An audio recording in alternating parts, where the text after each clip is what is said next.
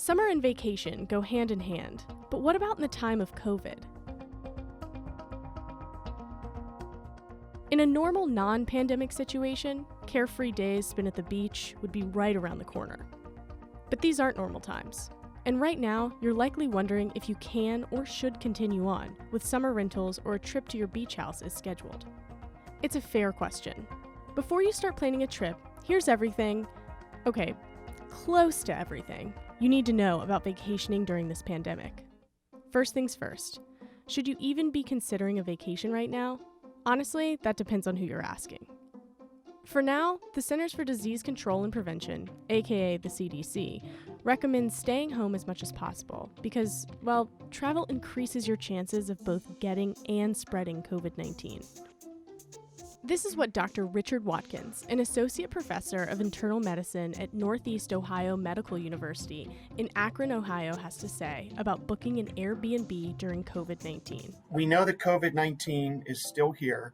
It's still very contagious.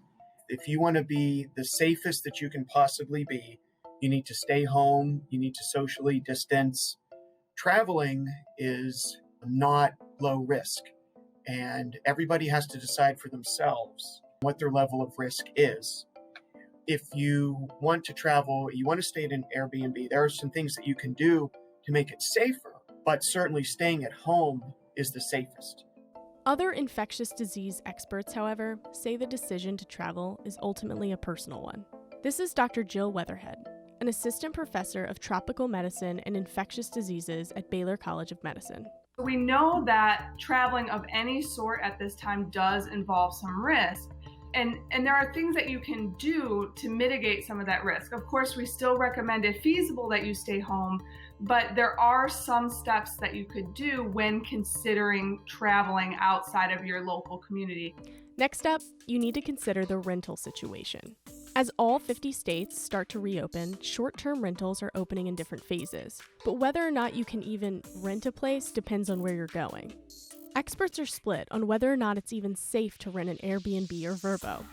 So the things that you need to consider if you're going to be traveling, if you're going to be going to rental properties, is first, what is the local transmission dynamic of the virus? And that's both your local community as well as the travel destination. So where you're going, is there going to be a lot of foot traffic from different areas around the country? You also need to think about travel restrictions. Are there areas that aren't allowing people to come into the city or the town? Are there quarantine orders if you're traveling from certain areas? And then the last thing is we still need to be practicing social distancing and wearing face coverings to help prevent transmission. Deciding to share a rental with friends or family also depends on the level of risk you're okay with. Naturally, sharing a house with others isn't the safest thing to do right now, but that doesn't mean it's a total no-go either.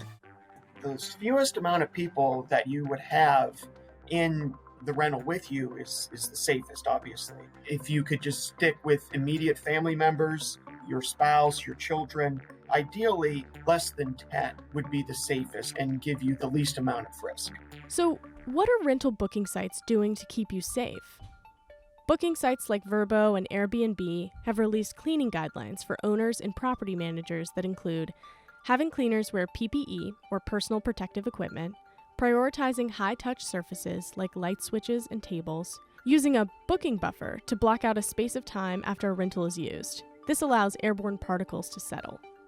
Another good idea is to use disinfectant to wipe down commonly touched surfaces such as doorknobs, toilet handles, and faucets a week prior to renting out your space.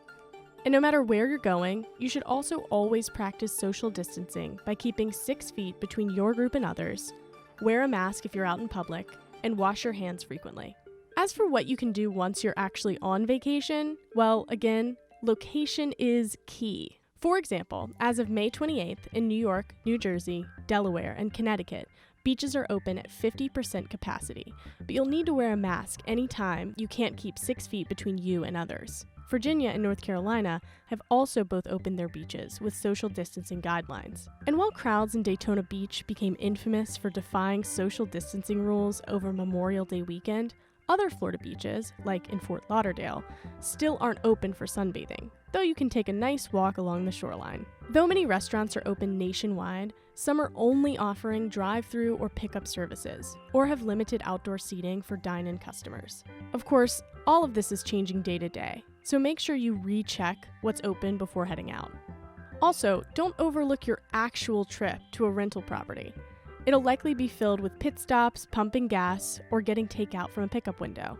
These are just some of the situations that can open you up to the risk of being exposed to COVID-19, so you need to be careful. All in all, going on a vacation right now isn't exactly a risk-free move, and it's up to you to decide if it's a risk you're willing to take. No matter your choice, one thing's clear. There are always ways to connect with loved ones and relax like you're on a vacay.